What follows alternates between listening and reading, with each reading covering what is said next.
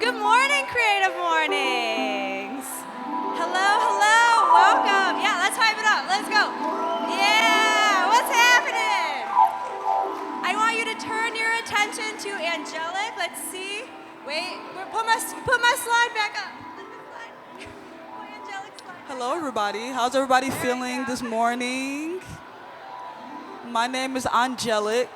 I am so happy to play for you all. I'm going to play one song by Alice Coltrane, and it's called Turiya and Ramakrishna. Thank you.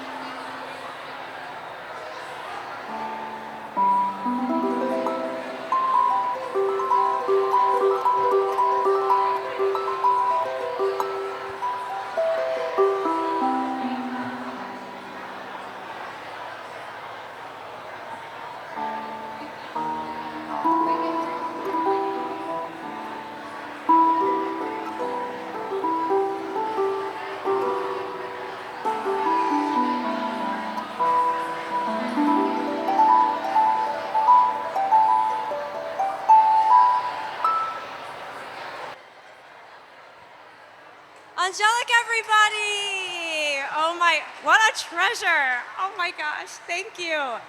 You guys know that QR code, and I know you wanted me to share too. Funds are going toward fixing your harp, yeah? Do you want to share anything about that? Yes. So, my harp is 50 years old. It was my harp teacher's first harp. She gifted it to me. It's a great harp, however, it is falling apart. So, I'm currently doing a GoFundMe as well as fundraiser concerts. I'm doing one at Spread Arts on the 24th. So, if you are free that day, please come join me. You can find me on Instagram at the Black Harpist if you ever want to come to any of my shows as well. Thank you. Appreciate you. Yeah. Thank you. Thank you, guys. Good morning again, Creative Mornings. What's up? It is wonderful to see you all. Thank you so much for being here. Can I get my good morning slide back, please? Also, this screen, isn't this like insane? Best team ever. Thank you. So, I want you, because in this room, I just already told like 5 people, like, not only the quantity in this room is impressive, but the quality of people. Like, are you guys looking around who's in this room? Pretty amazing. So I want you to stand up for like 30 seconds. The first person you make eye contact with that you don't know, I want you to say hi and introduce yourself. Ready, set, go.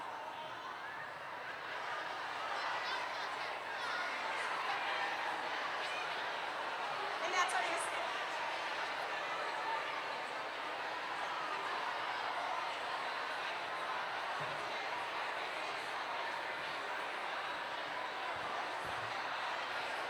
Hi, what's your name?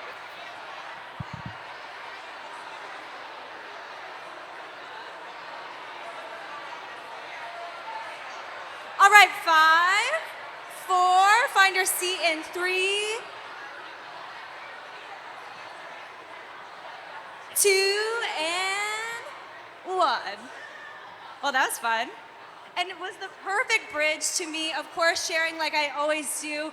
Something that we do at Creative Mornings outside of these gatherings is once a month, we send a newsletter in partnership with the List Detroit called Features and Opportunities Newsletter. And so in this newsletter is, right, in this room of amazing people is a collection of opportunities and things to be celebrated. I know one opportunity, Rob, if you're in the house, Rob wanted to share a cool Creative Mornings opportunity that might resonate with someone. So this is just a great example.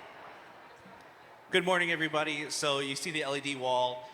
We want to invite people that if you are a motion graphic artist or a designer that wants to see stuff on the wall, feel free to reach out to me or Eric, and we want to start showcasing your work on the wall as well, not just our CityWave Media designs. So, thank you. Thanks, Rob. Awesome. So great example of an opportunity. And so if you want to put your own in, scan that QR code so we can send it out every month. And of course, thank you to our sponsors that make this happen. This is a volunteer-ran event, and so pretty amazing, all the people that help put this together. I have some special sponsors, though, today I want to give the opportunity to share. Francesca, where are you at? Motor City Sitters. Come on up. Francesca, everybody. Okay, give us a couple sentences about what Motor City Sitters is. Hi, so we are a babysitting nanny agency in Southeast Detroit. And we help families find nannies, and we help people, like caregivers find jobs. So like a company that supports, employment. So there you go. Amazing, cool. Anything else that feels worth sharing? Okay, amazing. Francesca, so scan the QR code if that's something that resonates with you and your family. And next up, I want to invite Chelsea of Wildscape Floral. Where's she at? Chelsea? Oh, there she is, Chelsea! Come on up. So if you notice, these beautiful florals that we have featured today, these are from Chelsea herself. Tell us about Wildscape Floral. Hello, hi, I'm Chelsea. I'm the owner and creative director of Wildscape Floral. We're a florist and event designer here in Michigan, and we do everything really based off of what's in season. We focus on local florals. Everything here is actually from my garden. And yeah, we exist to make spaces more beautiful. Thanks for being here. Love it. Thank you. So scan that too. I bring her in for so many events and things. She's amazing. So cool. I have two exciting announcements. I've been so excited that I've been brewing for months. And so, dun-dun-dun-dun. Number one, starting next month, we are giving away grants. This is something that we've dreamed of. Yes, grants. Because we want to put our money where our mouth is, right? And money is important. And so we are actually in partnership with Scene Magazine. I don't know if any members of the Scene team are here today, but you probably know Scene Magazine. And what this opportunity is if you apply by the first of every month, there's a special board that's going to choose someone to win $500 and also a feature in Scene Magazine's channels of distribution. So that could be the physical magazine, an Instagram post, a photography session. There's lots of fun custom options that they're really exciting to partner with us on. And so if you are already interested, go ahead and scan that QR code. Even if you're like, I don't know if I should, please do it. This is really exciting. I think another point to make about this is we are also partnering with brands to help support these. So let's say, I'll just keep Wildscape Floral as the example. If she was like, I want to sponsor a grant for someone, she will also be featured in Scene Magazine and be able to have that opportunity. And so if you're like, yeah, I want to get behind this and be able to, again, put my money where my mouth is, then this is a great opportunity. So check it out. It's all up on there. This will all be on Instagram, of course. Second announcement, Creative Mornings. If you know, Design for Detroit, the month of design of September, that's a whole big thing in our community. Creative Mornings Detroit is the official host of the closing party for the month of design. And so, yeah, it's a huge deal. It's a huge deal for us as a community. It's going to be in this building on September 27th. More details to come. And so, again, more QR codes to scan. You can put email in there and we'll send you more information, but you'll see all the posts and all the things about it. But a huge opportunity, so much fun things underway. I just got the text this morning that we have a huge, amazing sponsor that just came through, so you know, big things, yeah, it's happening, so very exciting. So wanted to share those two big announcements with you. And of course, invite you to next month's gathering already in September. So we'll see you then for it. Next month, it's going to be a whole art fair in here, so get ready to see that. It's going to be a really special month. And now, while we are all here, I am so honored to introduce the new school. 8 amazing female architects and landscape designers. They're going to come share their stories and inspire us. So, without further ado, the new school, everybody.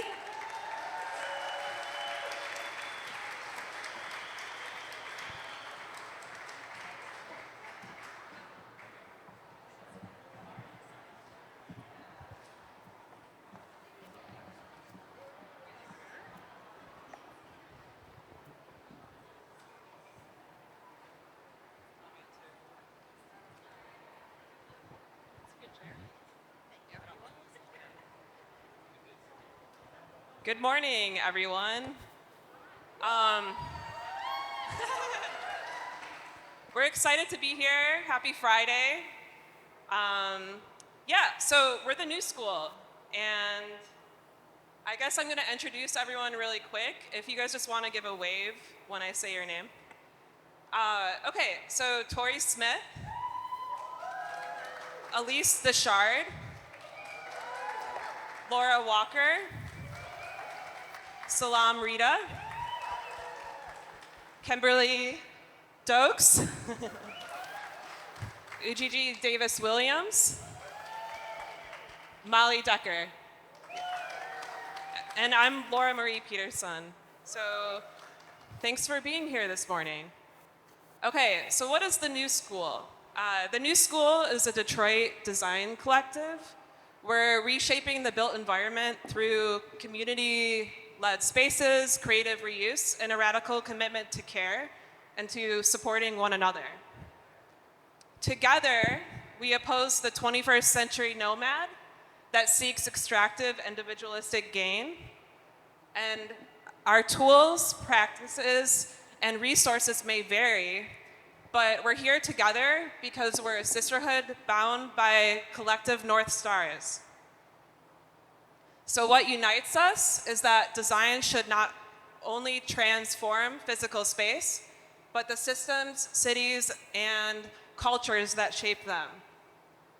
Though we each lead independent design studios, rooted in distinct disciplines, architecture, interiors, landscape design, urban design, and art, we see our intentional collective as a formation, a quiet rebellion against the historically exclusive male-dominated design canon.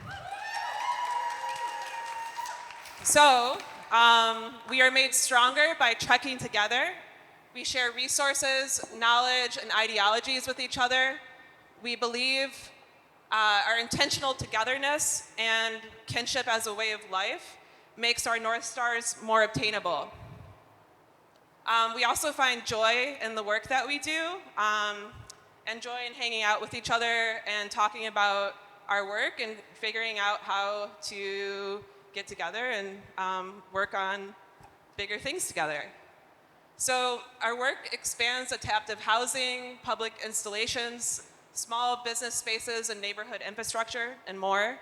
But we're unified by this mission to design with and not just for the people of Detroit. So we'll be talking about that today. And we'll also be talking about our North Stars. So this is a Venn diagram. As designers, we couldn't help but show some sort of graphic. So we're going to be talking about designing for belonging from the ground up and radical futures. Though we're talking about these in kind of distinct categories, we really see all of our work as intersectional in the middle of that diagram. So I'm going to pass the mic now to Kim. Oh, you already have a mic. Switch. I don't know. Okay. All right. For the slides. Yep. I don't know how to do this, but we'll figure this out. All right. Hello, how you guys doing today? Hope you guys are cool. I'm hot, so forgive me if you see me sweating up here. But again, my name is Kimberly Dokes, and my design practice is Dokes Design Architecture. And we're a small architectural practice here in the city of Detroit. We do a lot of work with many corporations and nonprofits in the city. And we like to really center our work around community based work where we can really feel the value of what we offer to the city for our services. Architecture is a socially conscious practice, and our skill sets shape the environments that we work in, so it's really important for us to understand what it really means for designing for belonging. So I'll just talk about that topic a little bit based on our experience as a practice and the type of projects that we work on. And I'll use a couple of examples. I've been introduced to some organizations lately that we're sort of going to add into the fold, but I've been learning more lately about community land trust organizations and how you have people who are just really picking up the mantle to make their communities better and to provide affordable housing and housing opportunities for people in the community. So we really like to work on projects like that and work with clients like that. We're here to serve. And we know that the most important thing for us to do in our services, along with the design, is to really just listen to our clients and understand what they want and how our design service can be of value to their environment. So we work with organizations like the Boys and Girls Club. We've worked with Life Remodeled, which is another organization that is big in the community. And we not only just work with them and help them with their projects, but they also become like friends to us. So, our design process is never, our services never stop when the project's in. We keep relationships going and, work on other projects with them. We also work with the city of Detroit in some key community projects. Recently, well, not recently, maybe a couple of years ago, we started a project in the Dexter, the Russell Woods neighborhood, where we created a pop-up out of shipping containers for the city, where it's a space where the community can come and do their entrepreneurship ventures and rent out those spaces and provide services to the community. So it's a space that was designed for a particular thing, and it's run by the community. And so we really love to do projects like that that provides value to the community. Am I? Oh, I forgot all about the clicker. Oh, there it is. That's the shipping container project in Dexter that we worked on. And it's a really wonderful rendering that was done by Tori over there, a wonderful graphic designer. She helped us out with that rendering. But the actual project didn't necessarily turn out that way because we all work under budgets. But the function for it is what's there, and the community is using it. And I think that's what's most important. I think with that, let's see what else we got. Oh, these are more renderings of that project. This was sort of a concept exercise that we did to develop that design. We were thinking, well, what can we do to sort of test some shapes and how it would fit the site? And we had some Jenga blocks around. We were like, hey, this is a great way to figure out if this could work. So on the right side, you see just some Jenga block concepts and then bringing that into reality with our drawing programs. And this is the site plan for that project. And the original program was to have, be able to have food trucks come into that project and have an event space in the center behind. And they do actually use it that way. So it's an opportunity to sit and eat and commune and have events in the community. So these 4 images are some projects that we did with Life Remodeled. We did some improvements to business facades on Dexter. It was really just cosmetic things to make the businesses look better, to bring up the property values. There was a large investment for streetscapes to happen on Dexter. So they wanted to also bring up the properties around it, again, to better the community. Oh, and that's it for my projects. So I only have 3 minutes, so I think they're up, and I'm going to pass it over to Gigi so she can talk about her practice and her services.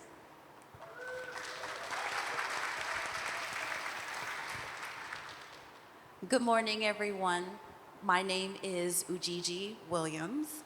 I am a landscape architect, and I lead Jima Studio. We're a landscape architecture and urban planning practice here in Detroit. And the lens that we do our work through is cultural landscapes. We focus on how we can use the landscape as a medium to help express localized culture and identity that help to establish what belonging means within the context of the place in which that place exists. So a lot of the work that we try to focus on is how our work reflects community, reflects lived experience, aspiration, things that have been lost, things that have been erased. And so a lot of that is focused also through the context of the experience of land through the lens of Black and brown people in this country. So through that, we've been afforded a lot of really brilliant opportunities to work not just here in Detroit, but across the country, where we have helped other people dig deep into understanding the different layers of history that land offers, and across identities, and really peeling out things that help to further interpret that. So that's a really lofty thing to say, but how that works into our practice is that, one, we get to collaborate with all the ladies here that you see on the stage to help to create very intentional landscapes that are as beautiful as they are meaningful, as resilient as they also are interpretive. So an individual can have a very individualized experience, but also a collective understanding of the landscape in which they're inside. So I'll just kind of flash through my slides as well. This particular project, we're still finalizing, but this is a memorial for, it's a memorial landscape for the enslaved people that were held by Nathan Bedford Forrest in his slave mart in downtown Memphis. So we do a lot of work around sites of oppression and sites of resistance, and how we help our clients really understand how we begin to elevate those types of histories in a way that is reconciling, focused on healing, and focused on the reflection of community really into the future. What does the past tell us about how we want the space to look and feel and operate? So we're actually finalizing this next week, so I'm really excited about this. Sometimes it's a little bit more practical, a little bit more tactical. This is a pocket park in the Chad C. Condon neighborhood.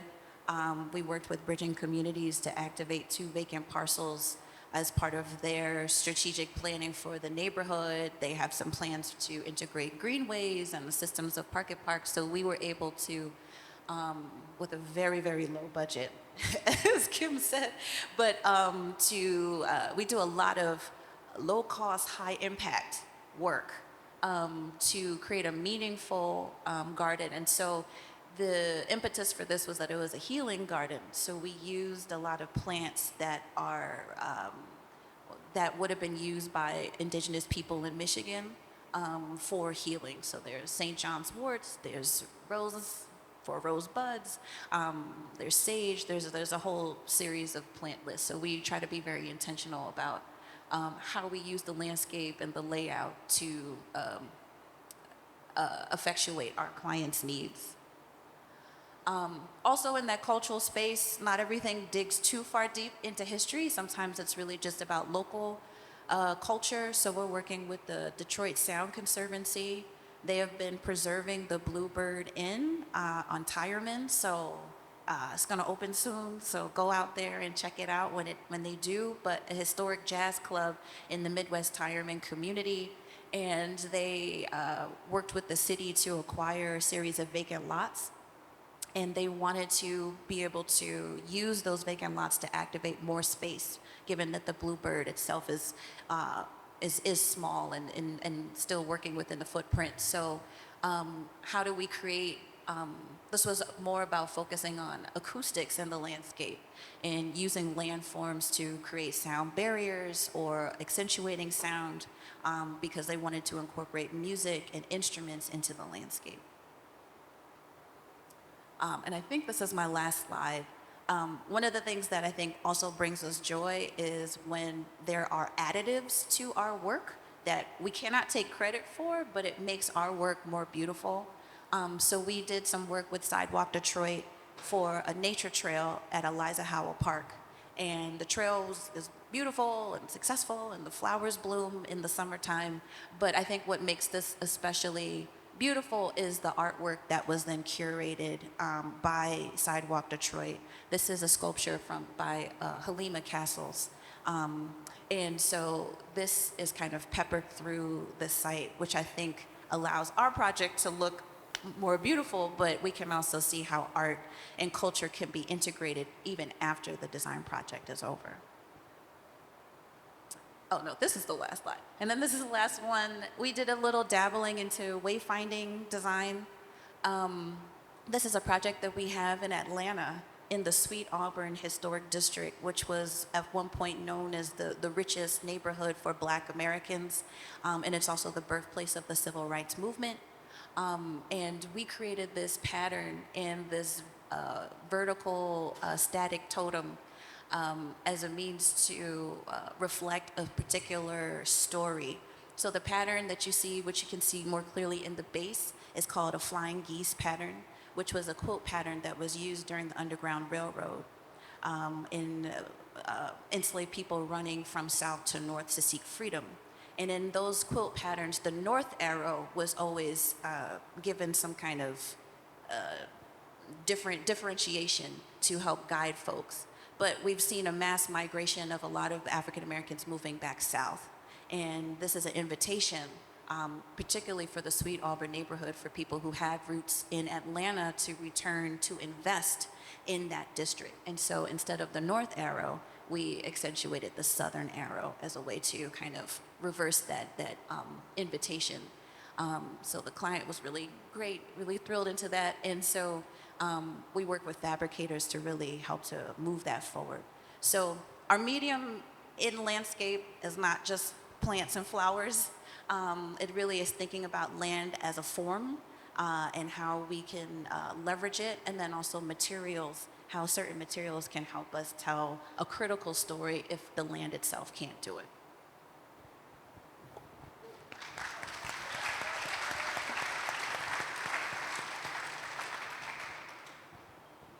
Hi everybody, I'm Molly from Subject Studio, and that is written on here in case I forget. I wanted to share two projects of varying scales that both root themselves in designing for belonging. This project started by looking around and trying to solve design problems in our immediate area. This park is called the Commons, a grouping of 3 formerly vacant parcels across from our home and studio.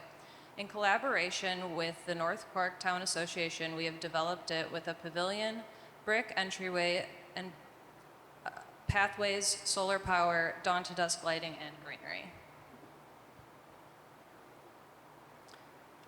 As a way to maximize what we could build, we harvested bricks from burned down and demolished structures, wood thrown in dumpsters from adjacent condo developments, and decommissioned telephone poles. We think that reusing these materials and giving them new life in the shared space helps to ground the project in the history of our community's past while giving it a new life. The park has since become the go-to location for community meetings, events, and is used every day by people who need to charge a device or just want to enjoy nature.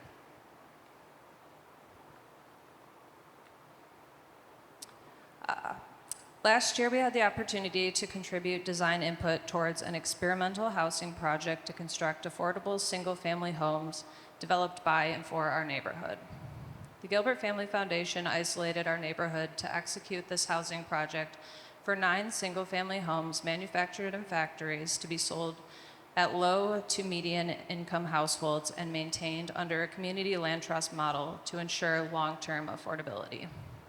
Within the many constraints and goals for this project, we aimed our North Star on creating a vibrant and unique identity for each home and future inhabitant, as well as weaving this development within the sparse housing stock that exists within the neighborhood fabric. We advocated for quality materials, fun colors, and street-facing porches, all based on neighborhood input. We invited in local Detroit labor to fabricate the unique railings and porch details. This allowed us to craft a special identity for each home and rooting that identity within the work of local craftsmen. As part of the community's effort to steward green space, we created a pocket park from an oddly shaped lot. Citizens Robotic printed unique pavers and benches, which we hope create a special atmosphere that will invite in neighbors from all over North Corktown. Our goal being to have this project celebrate both our neighborhood as a whole, representing the quality of homes and progress the neighborhood would like to see, as well as allowing the home to be a reflection of the individual that will live there. And that's it. Now we have Elise.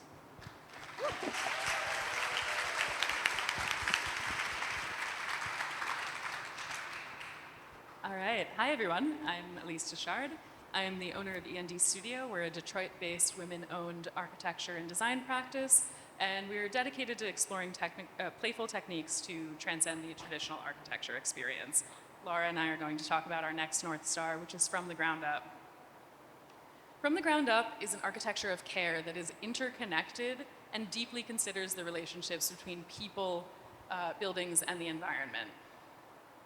And Gardenside, which is a new brewery to be built in Core City in 2026, is a project that really exemplifies this connection. The question of how to bring people together around food and drink while also nurturing a neighborhood and regenerating a native landscape was core to the mission. Zooming out here a little bit, you can see the building as it's proposed. It's a prefab steel structure that's hacked a little bit to create this dramatic corner opening, really letting light and views into the space. You can also see the pergola spilling out into the garden, creating a liminal space between interior and exterior, really allowing you to enjoy the garden in multiple seasons, as it can be enclosed as well in the winter.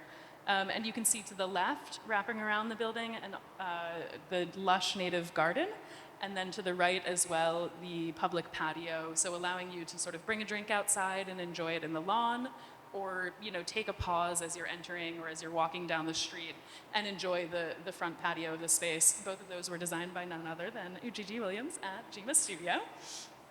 Very excited for that collaboration as well. And on the interior, the garden is brought inside as well, right?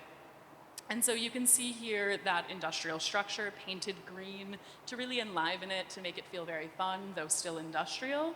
You can see the warm tactile materials wrapping around the base of the wall. We've got the lilac tile and the cork, renewable cork materials, the specialty of Megan Finley, who's in the audience, loves cork. And you can see the kind of whimsy that's created by these hanging plants and the wisteria-themed sculptural lanterns from the ceiling. Pops of color in the furniture, really trying to redefine what a brewery could be. It doesn't have to be dark, it doesn't have to be manly, right? It can be engaging, it can be friendly to all people of all identities. And we also created this series of fixed and movable planters scattered throughout the space. They're clad in green tile, and they really allow you to create little oases and sort of groves within the garden that is the interior of the tap room. Another really special part about this project is the bathrooms, and not just because of the fun design with the yellow tile and the bright colored fixtures and the beautiful botanical prints that we're going to select at John K. King or wherever, but because we felt really strongly that we wanted to get an all-gender multi-stall restroom into this project. And unfortunately, maybe some of you know this, maybe some of you don't, but all gender restrooms are not allowed by the Michigan Building Code. And so we had to take this project to the Building Code Board of Appeals and make the case that this is a more equitable, a more accessible design, more inclusive generally for all people of all identities. And we did get it passed, which is the first ever legally approved all gender bathroom in the city. And that's that's exciting, not just for this project, obviously, but for the precedent that it sets, right? So, already, other people on this panel are like, okay, like, how can I get that done, right? Like, what are the sort of ways that we can push that forward?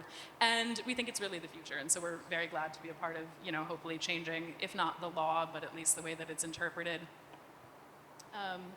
From the Ground Up is also about bringing everyone to the party, promoting all hands on deck collaboration, and creating opportunities for the craft and expertise of others to shine.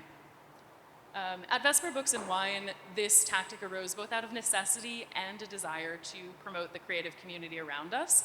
And Vesper, as the name suggests, is a combination wine bar and wine shop, and also a hospitality-themed bookstore.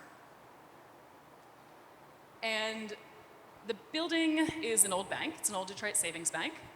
It's a beautiful building. It's got a striking facade and a pink marble interior. And if there's any other designers in the crowd, try matching materials with a pink marble interior. It's really quite an interesting challenge. But the historic sort of documentation and the historic aspects of the building is really where we started here. I also, for any other building or construction nerds up there, have the old building permit from 1926 for fun.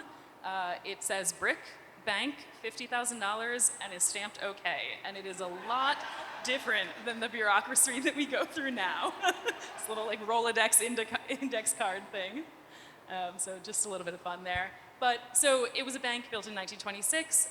It had a variety of uses over the decades, but had been empty for quite some time and kind of was an ad hoc space for a while. And so the first thing that we did was open up the south wall of windows to really let that light stream in and reinvigorate the space. And you can see in this photo that dual programming playing out. In the foreground, we have custom plywood tables that display the books. In the background, we have lounge furniture where you can hang out. And then the old bank signing counters are preserved as reading ledges or like a cute seat for a date over a glass of wine. And the bar is really the centerpiece. It's got this playful curve to it and a bright yellow backdrop of tile, and then is sort of accented by this mural that wraps around it as well. And you can see that idea of hospitality playing out here. Vesper is really intentional about the way that they educate and sort of invite people into the world of wine, talking about the production and the producers. And the joy in this project is really all in the details and in all of the hands that made them. So. You can see everything from the old vault with its imposing steel door and its new reimagined champagne shelf. You can see the mural by Martina Alexander and the mirrors by Forrest Hughes. You can see the bar, which is a collaboration between Umbel Studio, a metal worker, and Argonaut Studio, a woodworker. Surfing Cowboy Studio built all of the wine shelves and bookshelves, and we were even able to preserve these old green velvet cushions that Irene Levon Walker made way before we had access to the space, back when it was just an ad hoc party space. And so with all of these hands, the building is kind of reimagined. And that supportive sort of like collaborative attitude really plays out in Vesper's programming as well. So they have pop-ups and book launches and producer spotlights as well that really speaks to their mission of supporting the community and bringing people into their world. And so that bank is reimagined and reinvigorated, and I would say that it now houses the real gold, which is community, art, and hospitality.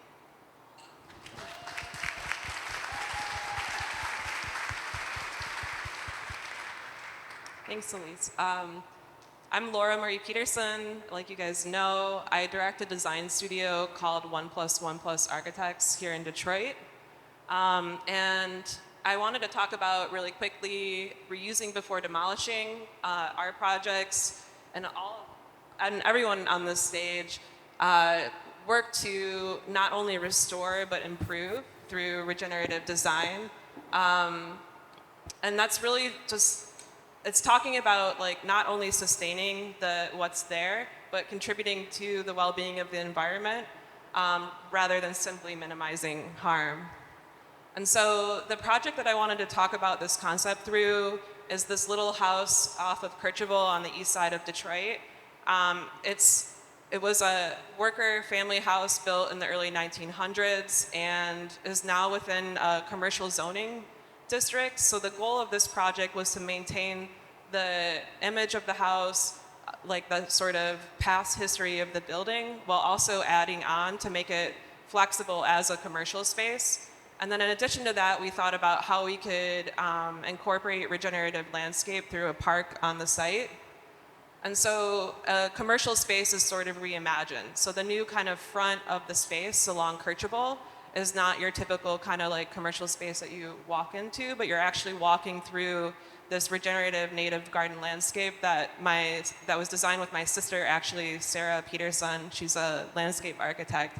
And the actual plan of the property, you can see Kirchable is on the bottom side. So the original house footprint, what we tried to do was we moved the staircase through to the new back of house, maintained the kind of outline of the existing house and then added new while creating a public porch around the entire property and around the existing house. And so now you're actually walking through that pocket park to enter the building.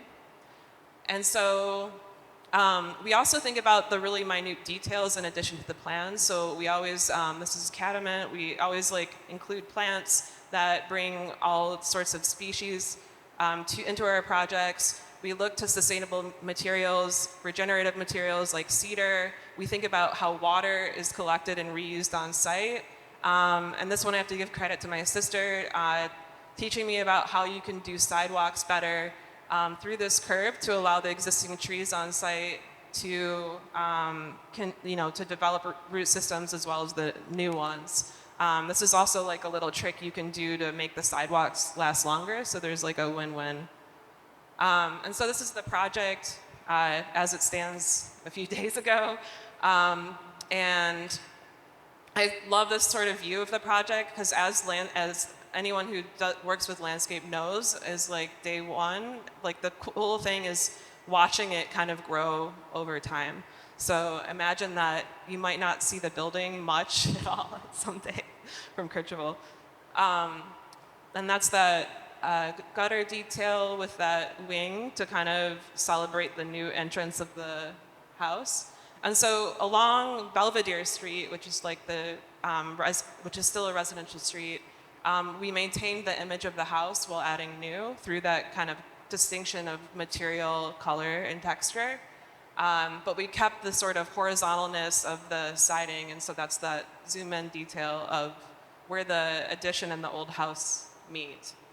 And so we also think about ground up as we're inspired by grassroots movements, and it's rooted in the specific needs, resources, and contexts of the communities we collaborate with. And it seeks to celebrate and uplift the rich cultures and histories through design with an eye towards the future. So with the last project, that was really about preserving the image of the existing house while creating that sort of openness to allow the building to have flexibility for different uses over time. For this project, it's a project that we did with Peachtree Parks, who is an organization that teaches Detroiters how to start their own garden in their backyard, and they'll actually come out and build like a garden box for you. And so they have a site on East Verner on the east side in Detroit, and you can see that's their geodesic grow dome that we helped post-permit after they built it. And like I will say, like a lot of the relationships that we build with people in Detroit are through helping them with something small like that. And what's really cool is like they are growing their programming now. They wanted to build this community kitchen, which is what you see on the right side here, so that like upcoming chefs and stuff could do pop-ups and that sort of thing. And so with a pretty tight budget, we were really trying to think about how this little building could do as much as possible on site. And so you can see the kind of cross section here. We provided like a little line kitchen, a window so people could come up and get food, a roof with the checkered polycarbonate that creates a space to gather beneath. And then also like every one of our projects, we think about how water is collected and how you can sort of teach people through quite literally putting that on display. So in this case, it's collected through the roof into this oversized planted gutter, and then the rest of that is filtered into a container for reuse on site. And so in plan, you have that one container as that line kitchen. The other one really provides storage for all the things that they need on site. And that size of the roof was designed so that it was just big enough where you could have like a big party underneath it.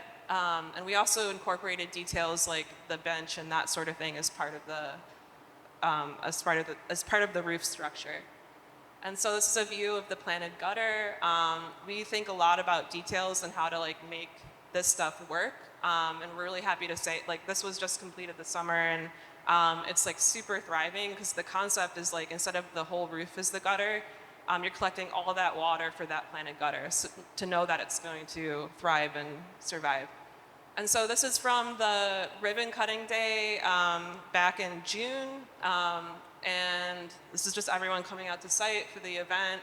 It's kind of a great location. It's very Detroit because you have like an auto repair shop, urban garden, community kitchen, and then like houses. So that makes the project really cool, and it's also really hard to miss. I'm sure you guys have seen it. And what's awesome as well is that the organization every Saturday this summer has had rotating chefs, and through grant funding has been able to provide 200 meals every Saturday. And so now I'm going to pass it on to Laura Walker.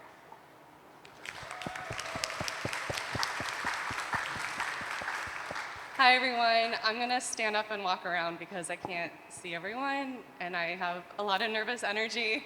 My name is Laura Walker. I am co-owner of Other Work. We're an architecture and design agency based in Southwest Detroit. And I'm gonna talk about Radical Futures with Salam and Tori. So, Radical Futures uses storytelling as a form of advocacy. And so we do this by asking the question, what if? And asking it in a way to be a little bit deviant, a little bit mischievous. And Salam used the word audacity this morning, and I'm like, yeah, to have the audacity to push up against what's considered normal or acceptable. And I've learned that when you do push back, you're going to meet resistance. And so to be prepared and armed to meet that resistance. So back in 2023, TED Talk had their climate summit here in Detroit in front of the new lab and Michigan Central Station. And they commissioned us to do a one-day art installation. And the thing about that is that tickets to go to this summit cost $4,000. And it was invite only. So our proposal, because we weren't participants, we were the hired help to do the art. So our proposal included bringing in 12 other Detroit-based artists that were doing the work around climate resiliency in Detroit. We actually have Maida Mila in the back. She was one of the artists. So it was spoken word, singing, visual arts. We had a farmer that brought a pony. We had a solar power company. So we proposed this traveling market shed that had a variety of plants. We had an apothecary there, a botanist, that could orient itself around the sun. And so those black panels there are flexible solar-powered fabric that connected to a jackery. And these fabrics could adjust if you want more visibility through it. And this is Gio talking to one of the participants, and then some of the artists there. So you can see we brought a lot of folks there, and there was a lot of activity. Now, the folks that attended the conference, they loved it. Like, they were just engaging with the folks, asking them questions. We had a lot of fun. However, we got a lot of resistance from the corporate TED Talk folk, and hearing things like, you guys have too many people here, you should only have like 2 or 3. Can you please tell them to stop performing in the new lab building? And it was like, okay, wow, so we knew we were pushing up and bringing in folks that weren't invited. It was kind of this contrast to the corporate backdrop of TED Talk. But I was surprised that they were wanting the artists to stop and to leave. So we had to take a stand, and as a white person working with black artists, it's my responsibility to make sure that they're shielded. We tried as best we could, but it was definitely a lesson of, like, I don't know, being preemptive to protect the folks that we're working with. It was a lot of fun, though. Okay, this next project, totally different scale. So Radical Futures looks at a joy-filled Detroit that's co-authored with Detroiters. And we look at how we can bring in folks that know about their community, know about what they want, but they're not designers, they're not architects. I'm curious, how many here have worked with an architect before? Okay, I would say maybe a quarter or a third, and I hope your experience was good. But we found that a lot of the folks we work with, if they have worked with an architect, sometimes it's not the best experience. So it's about power, and that's the focus I want to have with this project, is that we're working with folks that don't have experience with architecture, but we want to empower them to make architectural decisions and influence the design of the project. So this is a master plan for a senior housing aging in place framework on the west side of Detroit. And we worked with the community there that grew up in single family homes. They're one story, that's kind of what the neighborhood around this is. And this site is going to be developed for senior homes aging in place. And so by working with them, we had a series of workshops. We even brought in children, their grandchildren and other youth in the neighborhood.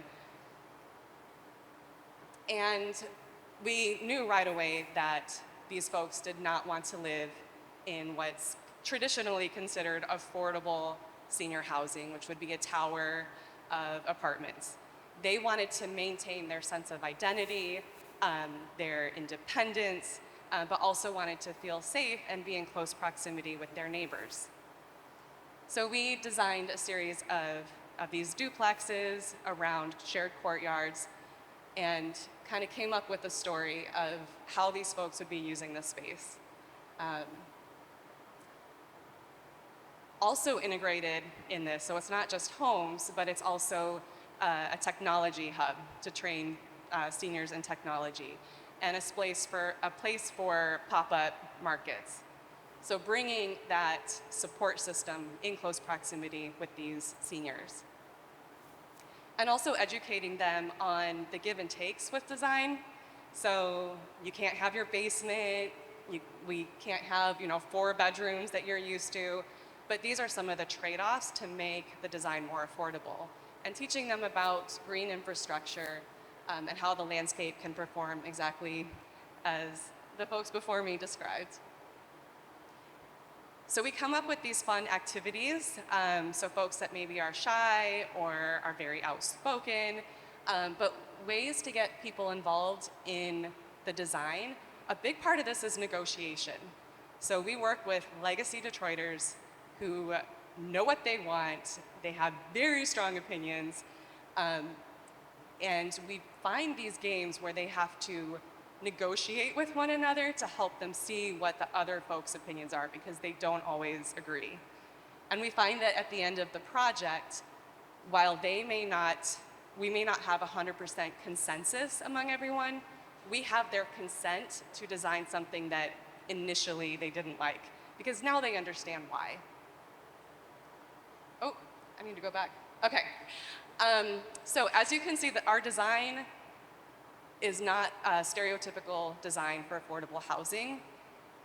When you look at the pro forma and the capital stacks involved in developing affordable housing, this goes against a lot of that.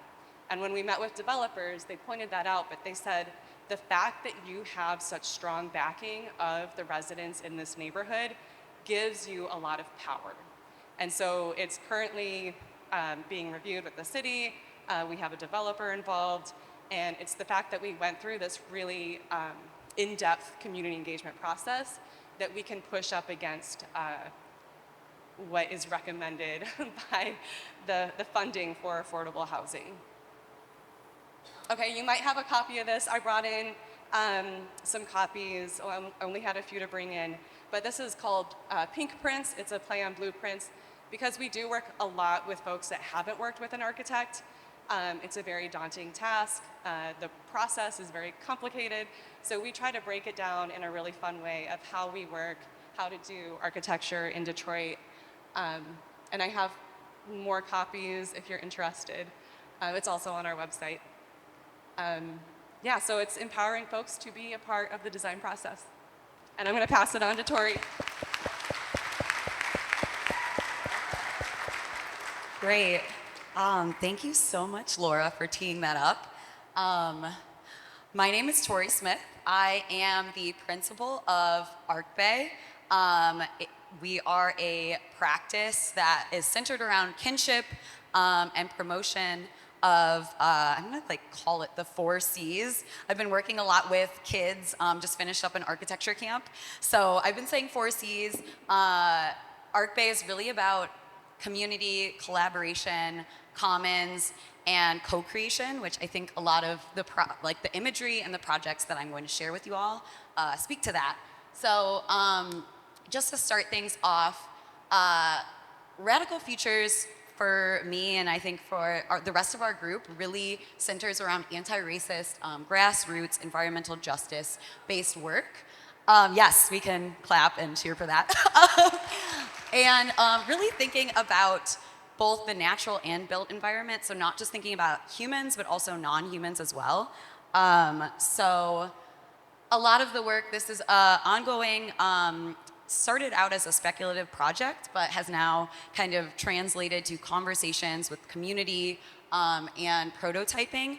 The project is called Equitable Landscapes, and it's centered around the community of Southwest and thinking about how we can reimagine the built and natural environment to really provide space for stewardship, education, awareness, and of course a public commons for all community members to utilize. So I will flip through these. Thinking about food justice and equity, what happens when living structures can begin to heal the environment, thinking about air quality, water quality, and the necessity for environmental justice within the city of Detroit. So this project is really an ongoing labor of love, but something that I'm really excited about. And then this image shows some of the, what I've been calling biofollies, that are showcased throughout the kind of planning and design of some of these neighborhood, urban, rewilded spaces. So again, thinking about what happens when architecture and space is made from materials like mycelium, natural plants, rammed earth, and things like that. So all things that I'm excited about, that ArcBay is about.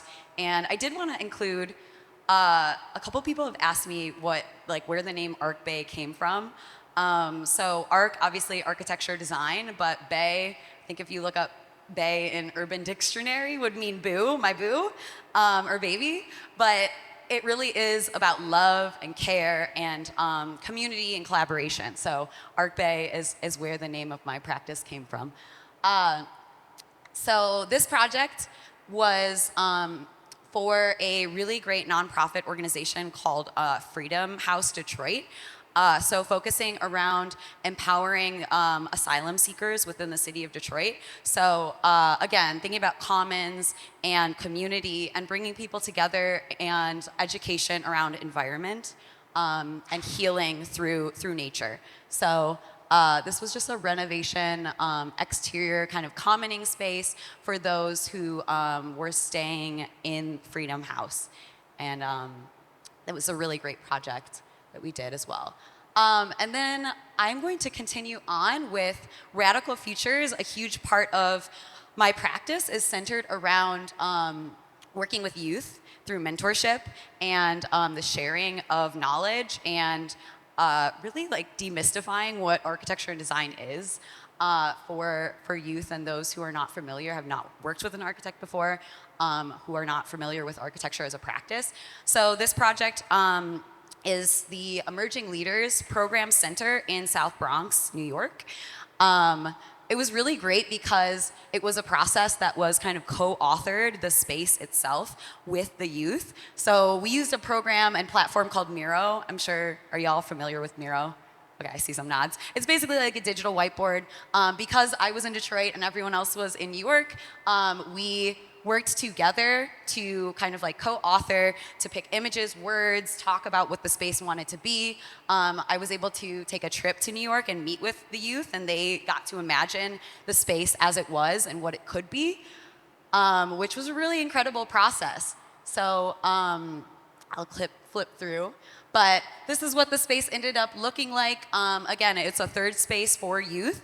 The mural in the back, I also work as a muralist, but it was something that I got to share with the students who were involved in the design process. They got to come in and paint part of the mural that they kind of like, again, co-designed with me in my practice. So a huge part of the process is working with youth. I feel like this is a good project to tee up with my co-conspirator, Salam, Rita. But the last project I'm going to share is a built installation that was through a program called Arc Prep through the University of Michigan. Salam and I were both co-directors of the program. And again, we got to share the process of art making, of research, understanding the Detroit river system and environmental injustice and imagining a better future within the city through the creation of this really beautiful built installation. So, and it was also called Unearthed Currents. So just a final image of the built piece, which was also in partnership with Donut Shop Design, which I want to give them a shout out. So yes, Radical Futures is really about empowering the youth and consideration to community. And with that, Salam, I'm going to pass it over to you. Good morning. My name is Salam Rita. I am the, sorry, I got some hair on my face. I'm a designer, educator, and principal of 9XS Design. I'm also the current Michigan New Lab Curatorial Fellow, and I also sit on the GoDadda City of Detroit Commission. So if any of my GoDadda members are here, thank you for coming.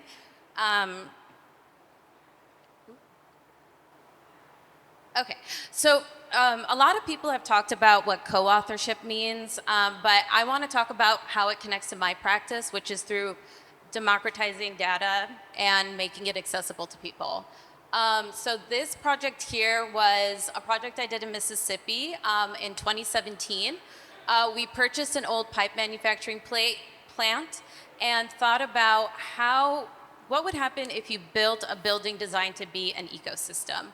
So we demolished the interior of the plant and then left the concrete shell and steel beams.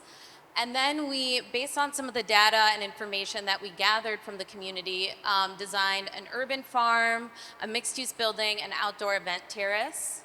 And then we were also thinking about, the social infrastructure that's part of this symbiotic relationship. How do we build an ecosystem not only that's biophilic and can collect stormwater and be energy efficient, but also be a space for creators and creative infrastructure.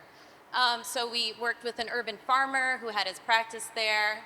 We had stormwater management on the site where we collected rainwater and piped it into a pond on site.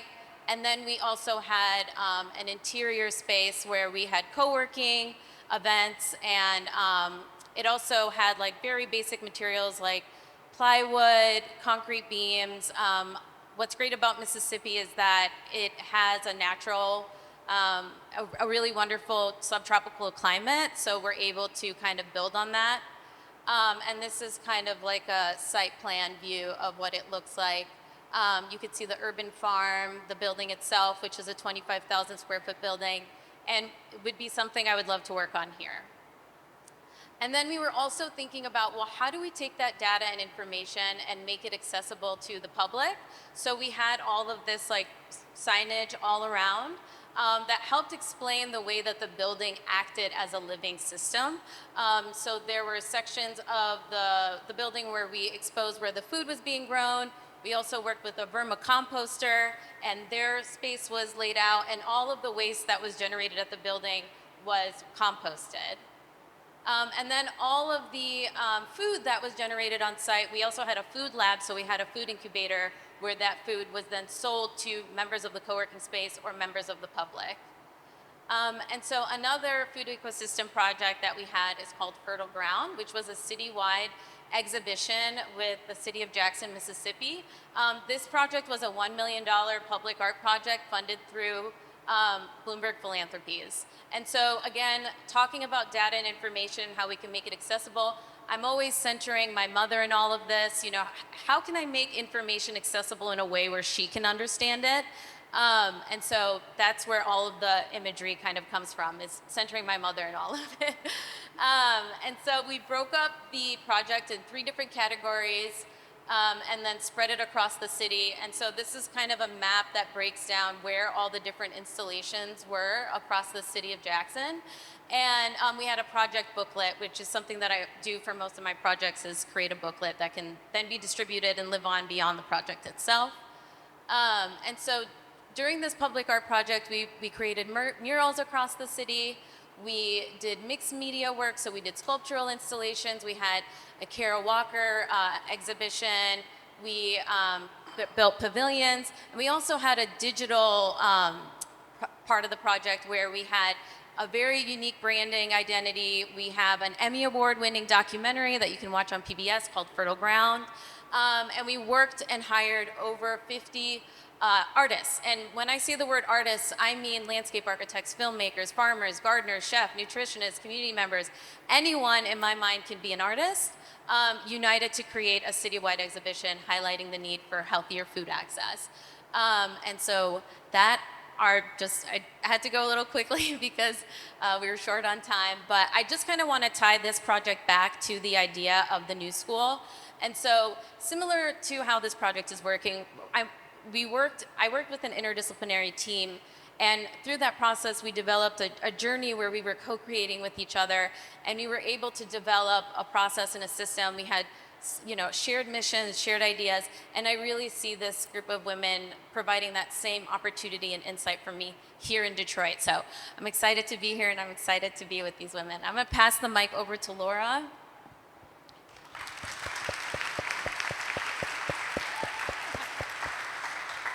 Okay, so we're the new school. Each of us has either left our corporate job to start our own venture or never joined corporate to begin with. And even though we own our own business and we have our own thing, we lift each other up, we support each other. Oop. Okay, thank you. And we have fun and we help each other out. These are all of our ats, in case you want to take a photo of that. And if any of you are considering starting your own venture, we'd be happy to talk to you, because it's definitely been worth it. All right, thank you.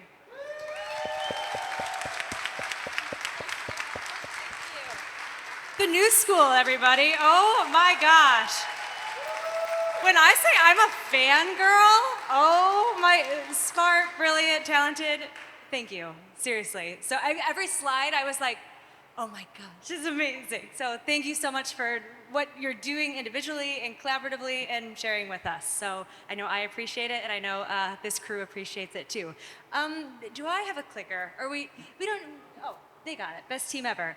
Thank you guys for coming. We have another one of these next month, September 19th, and obviously all those announcements that I made, we have so many fun updates and things and more gatherings along the way, so just keep following along and keep up. And feel free to linger, please, if you go to Someday afterwards or go to Cafe Noir afterwards, but enjoy your weekend, enjoy your Friday. We'll see you next month.